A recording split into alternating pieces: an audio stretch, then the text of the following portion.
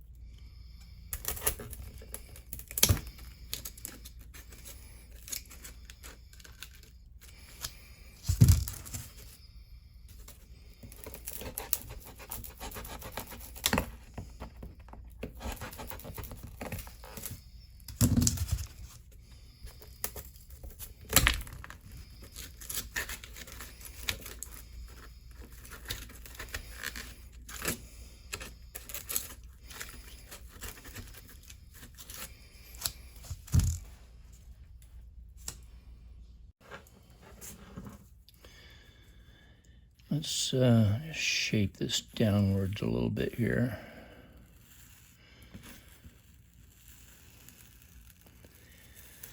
I'm going to have a slightly shallower rapids at this point.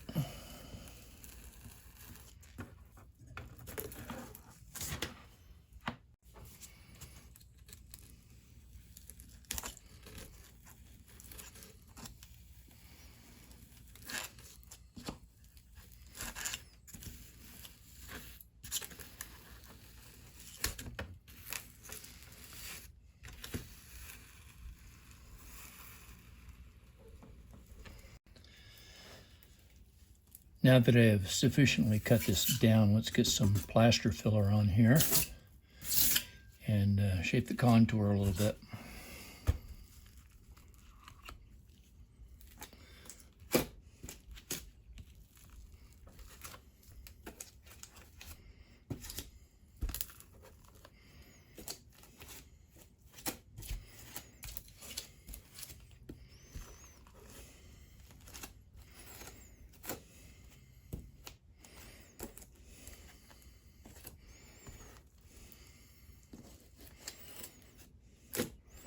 Be a little fishing area right there.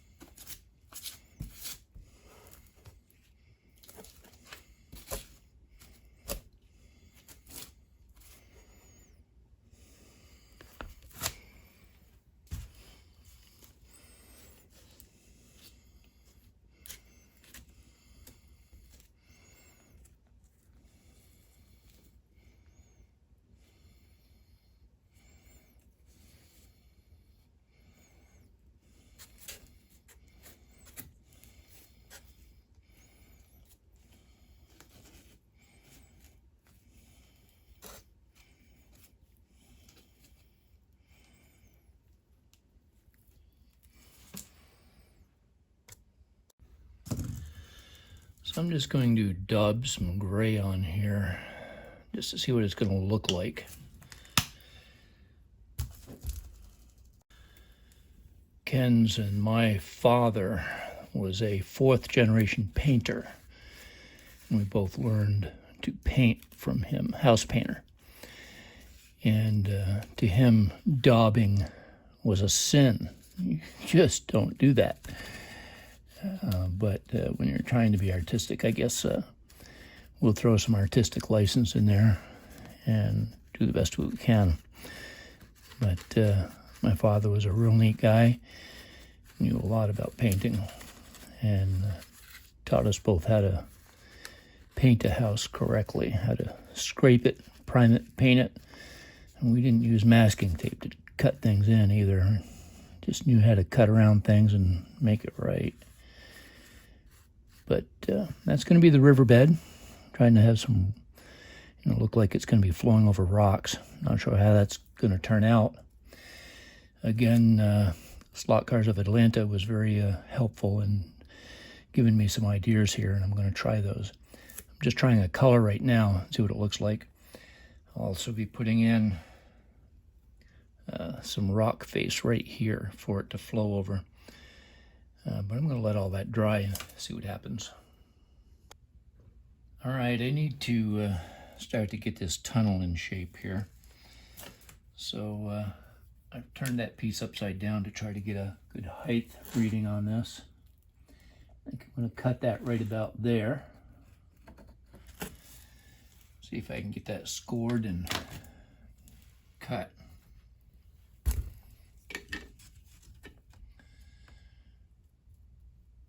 I'm going to measure that on the back side and see if I can make that better.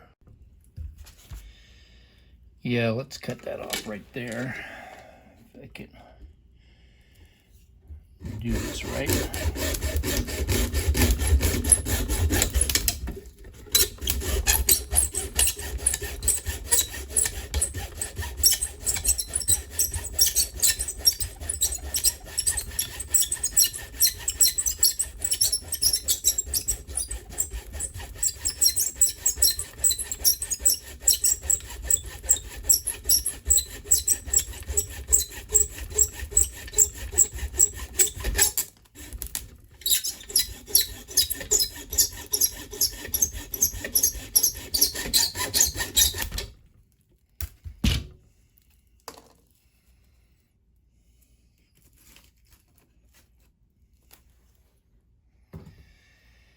Yeah, I think that'll work nicely. Did I tell you I make my own wine? I have about 40 grapevines out back, and they produce regularly. But this is peach wine. Peaches I got from Chandler Pond Farm, and it came out great. But anyway, I think that'll work pretty good. I have to backfill there, but I like the tunnel effect. That'll help me decide just what to do with this river. All right, let's get this rock face glued into place. I'll use this Mod Podge to do it. Again, this is just a piece of bark. I chipped off a tree, cut it in half. Looks like a rock face that we'd have around here. I'll have to paint it to match, but that's what I use. That doesn't go with it.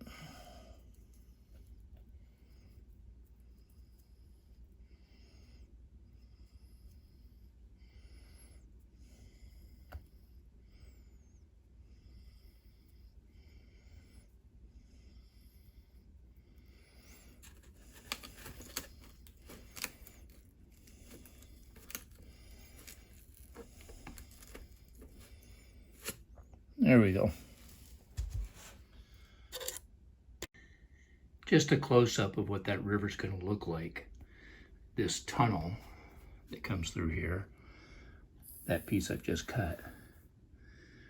The river banks, and the lower lined area, and the rock face I just glued in. Now I need to taper this somehow. I'm not sure how I'm going to do that, but I'll work on that flow and see what happens. So what I want to do with this side of the riverbank is carve it out a little bit, as if sod is falling over. It's washing out here into the river. It will look a little bit like what I have out in back of our house at the river out here. Now let's go out and take a look at that for just a minute. And this is the river near our house. I'm going to try to copy or use as an example with overhanging sod, dirt, and into the river.